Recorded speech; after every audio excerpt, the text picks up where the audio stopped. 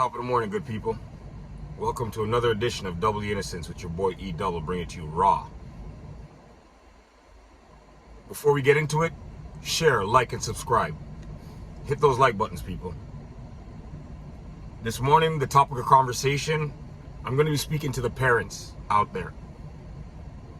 And I'm speaking on behalf of coaches, such as myself.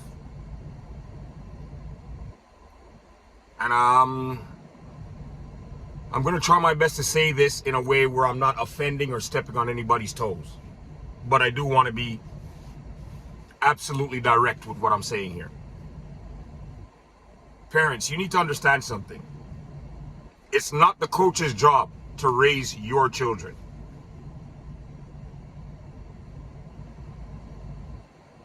It's not our job to have to put up with attitudes. It's not our job to have to put up with lack of effort. And it's definitely not our job to reward non-productivity.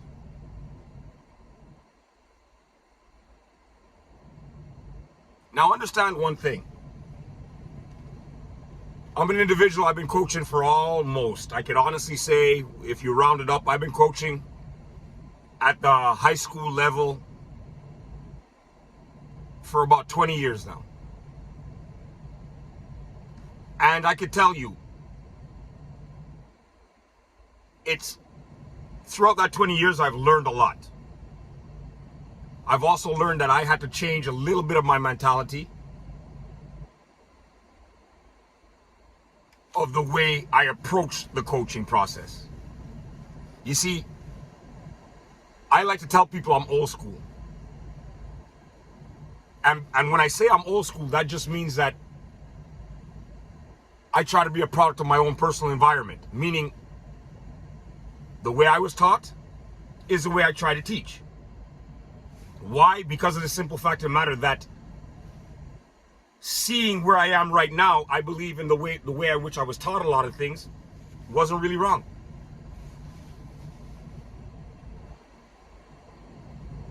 When I was a kid playing for my high school, I'd said this once before. There were coaches and there were players. That was it. The coach coached, implemented systems that players had to learn. The players that learned the system fast got playing time. The players that struggled with picking up positioning, where you got to be on the court, defensive schemes, that affected their playing time. I'll even take it one step further. If we were individuals that showed up to practice and didn't put forth the effort that was required, there's a couple of times we'd be sent home from practice.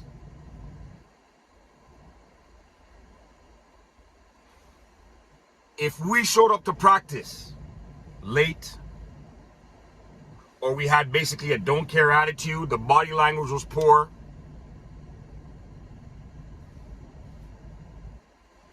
we just, on a personal level, we knew come game day, the only chance of our number being called is if we had a big lead or we were losing by a lot. It was an unwritten rule. There was no friendship per se between coaches and players back in my day. Coach said what he wanted. We tried to implement what the coach wanted. Period. I do notice nowadays that there is a lot more give and take between coaches and players. There's a lot more of an established relationship, which, believe me, I have absolutely no problem with, because I'd rather have a decent relationship with whoever's going out there to try and put that effort out for me. But there still has to be a respect factor. So there has to be a cutoff point. The problem I personally have is with these issues that I just told you, that myself as a coach, and I know for a fact that a lot of coaches out there can agree with what I'm saying, is when you have parents that they've never come to one of your practices, they never see the effort that you put into trying to coach up their kids, including their problematic child.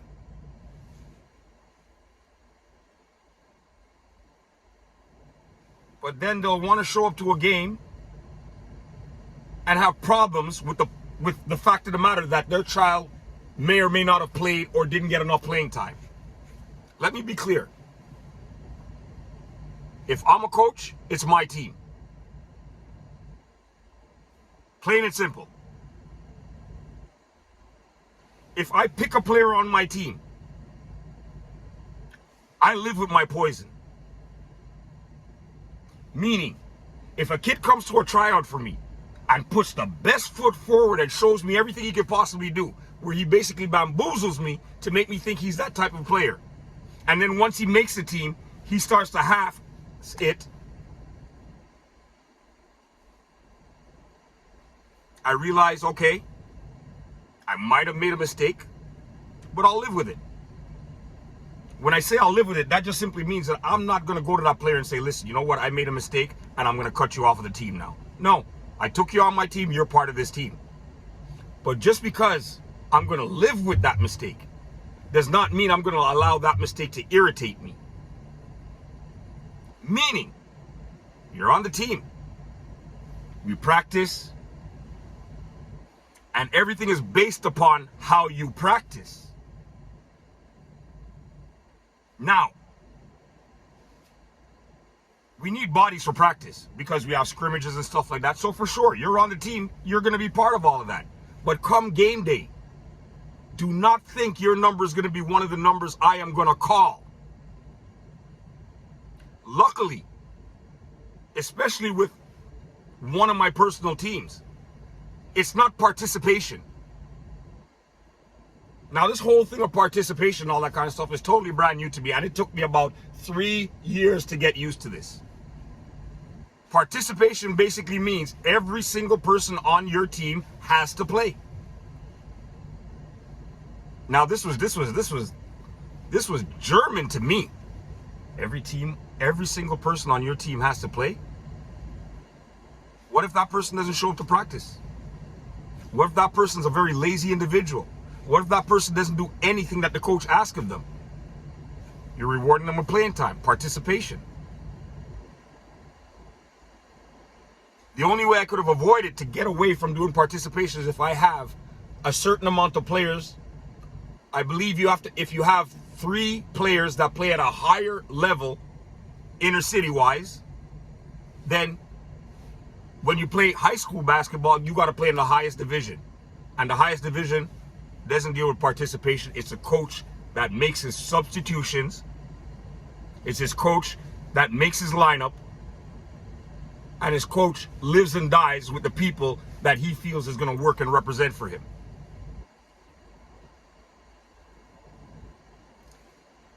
I strongly suggest, because of the fact of the matter that a lot of you parents know, you have to know your children, your ins and outs, your goods and bads, what they have to offer, whether or not they have a lazy character, whether or not they always have the character to make an excuse for why not. As a parent, you know this. So you know what you're handing off to a coach.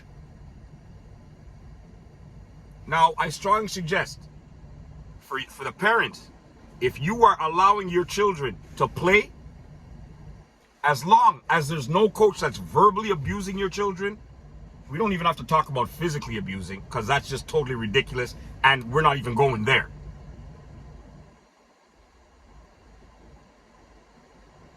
As long as the coaching is being done within the coaching guidelines, parents, I think you guys need to step back and allow coaches to do their job that they're getting paid to do.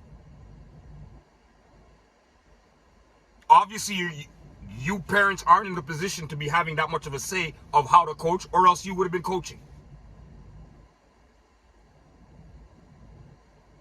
And if you want to have a little bit more of an input on why it is that your child may not be getting the results that you think your child gets, show up to some practice and see the effort that your child puts in at practices. And ask yourself the question, would you want to reward that kid with any type of playing time?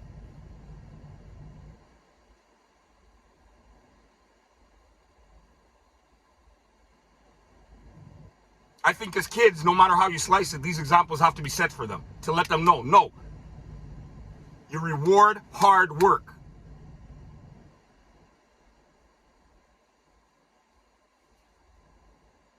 Share, like, subscribe. Type something in the comment boxes. If I have any coaches out there that are actually listening to me, I want to know, am I right or am I going crazy? Do we need the opportunity to do our job without people on the sidelines thinking they know our job better than us? And if they did, come down and do it then. I'm an individual. I'm always willing to learn. So if you think you could show me a better way to do this, I'll be more than happy to stand on the sideline and watch you show me. But until that day is, you will never ever have the opportunity to tell me how to run a team that I'm coaching. Double the Innocence with your boy E-Double is out. I want you guys to support those Montreal Alouettes this weekend. We're going to do some dangerous things. My prediction is the Alouettes are going to win the Grey Cup on Sunday. My prediction is the Montreal Alouettes. Yes, sir. We're going to win the Grey Cup on Sunday. Have yourself a blessed Saturday, peeps.